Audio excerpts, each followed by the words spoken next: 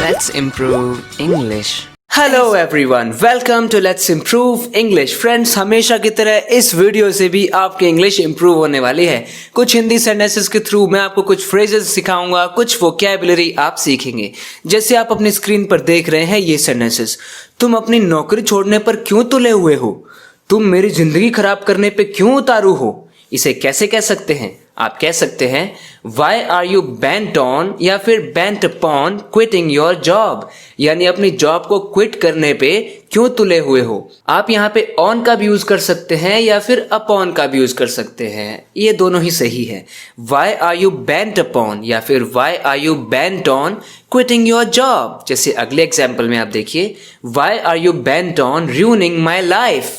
Why are you bent on ruining my life, यानी मेरी life को रूइन करने पे क्यों तुले हुए हो, क्यों उतारू हो, क्यों पीछे पड़ गए हो। Why are you so determined to do that। तुम ऐसा करके फायदे से कहीं ज्यादा नुकसान कर रहे हो। फायदा कम होगा, नुकसान ज्यादा।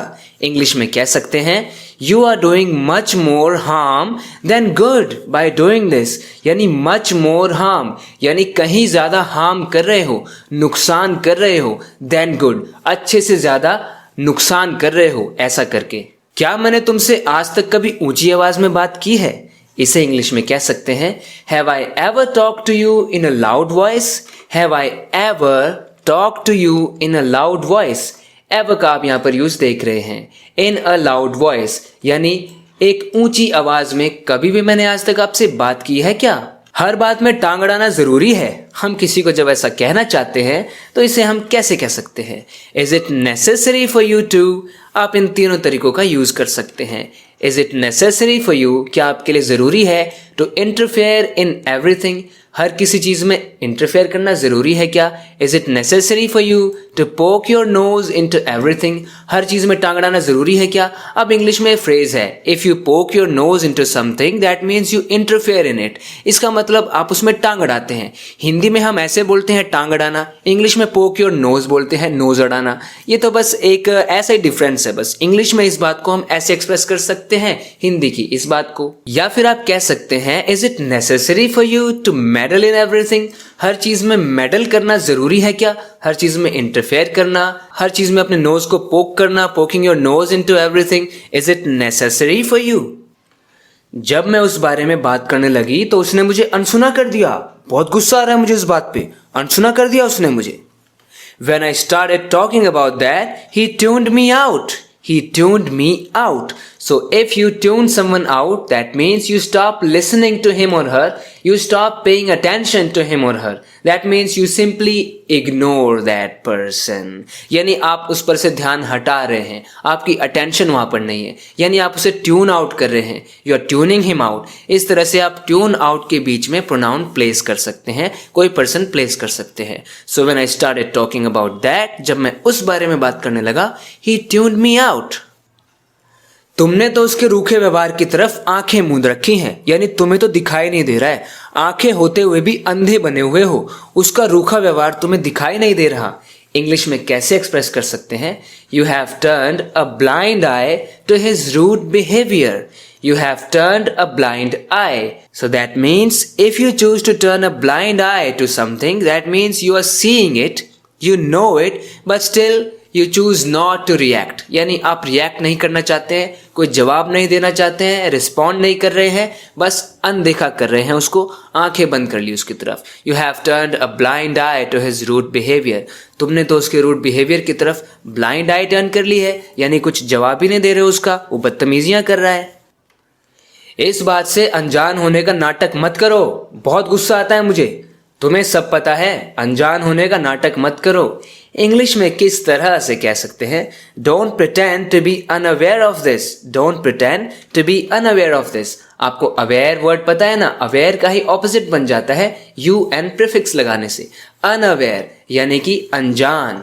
डोंट प्रिटेंड, प्रिटेंड मत करो, दिखावा मत करो, नाटक मत करो। To be unaware of this, इस बात से अनअवेयर होने का प्रिटेंड मत करो, तुम्हें सब पता है। लगता है पूरी दुनिया मेरे खिलाफ हो चुकी है, अब क्या होगा? लगता है पूरी दुनिया मेरे खिलाफ हो चुकी है। कह सकते हैं it seems that the whole world has turned against me. It seems यानी ऐसा लगता है, दैट की द होल यानी पूरा, यानी पूरी दुनिया। अब दुनिया होगी तो पूरी दुनिया, और संसार तो पूरा संसार, पूरा पूरी हिंदी की बातें। So the whole world has turned against me, यानी मेरे खिलाफ ये पूरी दुनिया हो गई है, पूरा संसार मेरे खिलाफ हो गया है मुझे लगता है। It seems. जाते जाते दरवाज़ा बंद करते जाना, ऐसा होता है ना, कोई जा रहा होता है, फिर हम बोलते हैं अच्छा ठीक है 1 मिनट, तुम जा तो रही हो, जाते जाते ज़रा दरवाज़ा बंद कर देना। इसे इंग्लिश में कह सकते हैं please close the door as you leave. Please close the door as you leave, यानी जाते जाते, जब तुम जा रहे होगे तो दरवाज़ा भी बंद कर देना। Please close the door as you leave. या फिर जब आप कहना चाहते हैं कि दरवाजे को थोड़ा खुला रखना, आप कह सकते हैं keep the door slightly open. Keep the door slightly open, यानी थोड़ा सा खुला रखना। Don't shut it all the way, यानी पूरा बंद मत करना उसे। डोंट शट इट कंप्लीटली, ऐसे आप कह सकते हैं। जैसे चाहो वैसे घूमो फिरो, जैसे चाहो जैसी मर्जी, इंग्लिश में कह सकते हैं feel free to wander around as you please. Feel free to wander around as you please. Please आप देखिए, आप देखते ना किसी से रिक्वेस्ट करते वक्त हम इसे बोलते हैं please do this, please do that. वहां पे ये एक एडवर्ब की तरह काम करता है, लेकिन यहाँ पे ये एक वर्ब की तरह काम कर रहा है। प्लीज मतलब किसी चीज को करने में खुश होना, खुशी फील होना, यहाँ पर इसका मतलब है। एज यू प्लीज यानी जो आपको अच्छा लगे वही करो। फील फ्री, जब आप कहते हैं ना फील फ्री, तो इसका मतलब ज्यादा सोचो मत, बेधड़क करो, जो करना है बेधड़क करो, यानी फील फ्री। जैसे मैं बोलता हूँ ना, feel free to subscribe to this channel if you haven't already, because you'll keep improving your English just like this. घर आने की जल्दी में मैं अपनी घड़ी तो वहीं भूल गया। ऐसा कई बार होता है। अब 9 to 5 की जॉब में वहां पे बोर हो जाता है आदमी। अब घर आने की जल्दी में अपना घड़ी, फोन, पता नहीं क्या भूल जाता है वहां पे। तो कह सकते हैं in my haste to come home I forgot my watch there. In my haste, haste का मतलब मेरी जल्दबाजी में। In my hurry, in my haste, in my rush to come home I forgot my watch there. मैं अपनी watch तो वहीं भूल गया। फॉरगेट की सेकेंड फॉर्म है फॉरगॉट। फॉरगॉट लगाना है क्योंकि सिंपल पास्ट टेंस है, कुछ हो गया, मैं भूल गया। I forgot my watch there. I forgot my watch there. In my haste to come home, I forgot my watch there.